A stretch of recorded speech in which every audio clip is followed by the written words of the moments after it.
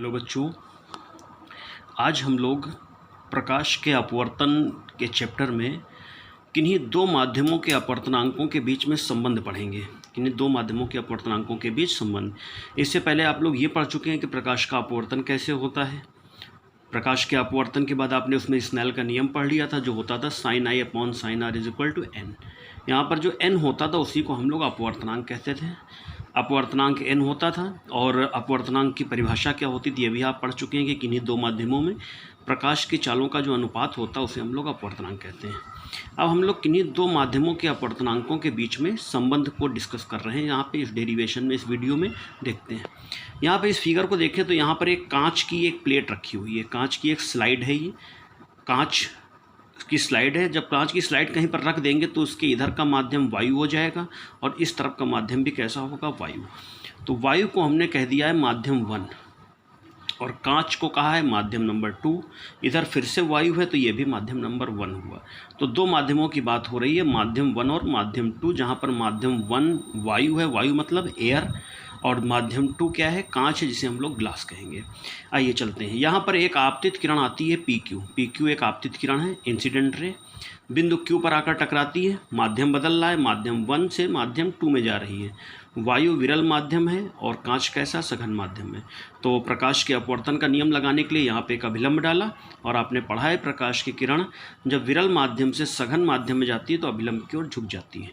तो देखिए कांच के अंदर अपवर्तित किरण QR जो है वो इस अभिलंब की तरफ झुक गई है। आपतन कोण I, अपवर्तन कोण R। तो माध्यम 1 से माध्यम 2 में प्रकाश के संचरण के लिए स्नेल का नियम लगाया यहाँ पे, sin I upon sin R is equal to n। पहले नंबर पे क्या लिखा जाता है, जिस माध्यम से रे चलती है तो माध्यम 1 से चल रही है तो 1, और दूसरे नंबर पे यहाँ पे जिस माध्यम में जाती है तो नंबर 2। ये इक्वेशन नंबर फर्स्ट हो गई। अब आते हैं कांच के अंदर ये जो आप किरण आई वो आकर के यहाँ बिंदु R पर टकराती है और R पर टकराने के बाद देखिए फिर मीडियम चेंज हो रहा है। अब कांच से कहाँ जा रही है, वायु में। जब जब माध्यम बदलेगा तब तब अपवर्तन होगा। तो यहाँ पर फिर से एक अभिलंब डाला गया। अब प्रकाश की किरण कहाँ जा रही थी, सघन माध्यम से विरल माध्यम में। तो अपवर्तन के नियम के अनुसार ये अभिलंब से दूर हट जाएगी। तो ऐसे अभिलंब से दूर हट गई। अब यहाँ ये भी एक सोचने वाली बात है, व्युत्क्रमणीयता का सिद्धांत होता है कि प्रकाश की किरण दोनों तरफ, देखिए कांच के दोनों तरफ माध्यम सेम है, दोनों तरफ वायु है।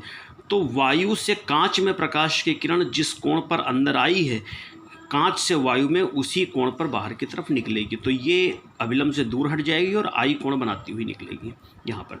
तो यहाँ प्रकाश की किरण जा रही है माध्यम 2 से माध्यम 1 में।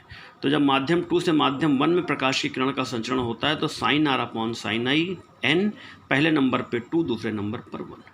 ये इक्वेशन नंबर 2 हो गई। सेकंड से कहाँ जा रही है, फर्स्ट में। दोनों का मल्टीप्लाई कर देते हैं, समीकरण नंबर 1 और 2 का गुणा किया, लेफ्ट हैंड साइड का लेफ्ट हैंड साइड से, राइट हैंड साइड। देखिए sin I से sin I cancel, sin R cancel. तो ये फाइनली बना 1n2 into 2n1 is equal to 1। 2n1 को क्या लिख सकते हैं, 1 अपॉन 1n2। इसको पढ़ेंगे कैसे, पढ़ना बताया था अपवर्तनांक को, बाद वाले का पहले वाले के रिस्पेक्ट में। माध्यम 1 का माध्यम 2 के सापेक्ष अपवर्तनांक बराबर किसके, 1 अपॉन माध्यम 2 का माध्यम 1 के सापेक्ष अपवर्तनांक। माध्यम 1 की जगह पे वायु एयर लिख सकते हैं, माध्यम 2 की जगह कांच ग्लास लिख सकते हैं। तो 1 की जगह एयर के लिए A और 2 की जगह पर ग्लास के लिए G। तो GNA देखिए, GNA is equal to 1 upon ANG। इसको पढ़ेंगे वायु का कांच के सापेक्ष अपवर्तनांक बराबर 1 अपॉन कांच का वायु के सापेक्ष अपवर्तनांक। तो ये हमारा डेरिवेशन हुआ किन्हीं दो माध्यमों के अपवर्तनांकों के बीच संबंध निकालने के लिए।